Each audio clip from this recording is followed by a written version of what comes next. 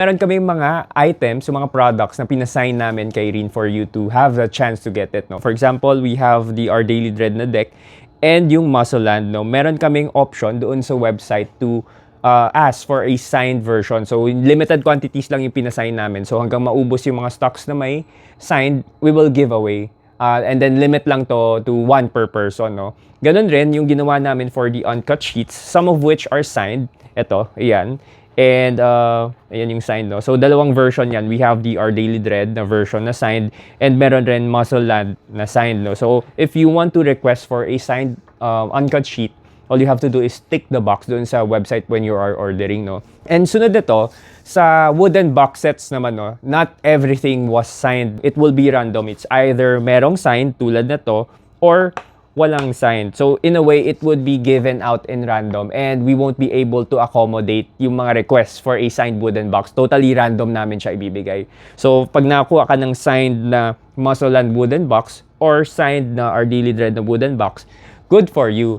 Pero to sweeten this, itong entire thing na wooden box na to, para ma-reward kayo ng husto, si Green has been generous to us. And itong mga tatlong nakahiwalay na wooden box na to, meron siyang special kasi it's not signed, pero inside each box, meron siyang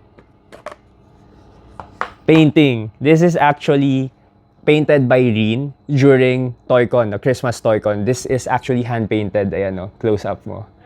And there are only 3 boxes na may mga ganitong artwork. Isa-isay natin. So you have the Ulala face. And then this one is, eto, Lock You, si Duge. Naka-lock you siya. This is also painted with acrylic paint. Ayan. Tapos, etong isa rin is another Ulala, si Good Boy. Ayan, no? So we have 3 box sets na merong acrylic paint on it. And then signed siya ni Rin. Ayan. So, to give you a summary, etong box na to, etong Lock You, nasa Our Daily Dread siya na box. And then, etong si Ulala na face, na painted, it's nasa Our Daily Dread rin. And etong si Good Boy na Ulala, nasa Muscle Land siya. So, later on pala, after this shoot, ako magtatago personally. Ako yung magmi-mix doon sa inventory na pati yung team hindi malalaman kung saan nakatago.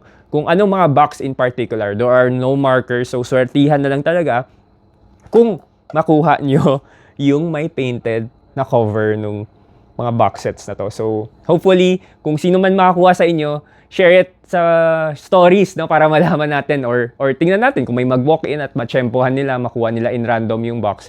Let us know para makita rin namin and share namin dun sa mga collectors. Yun lang.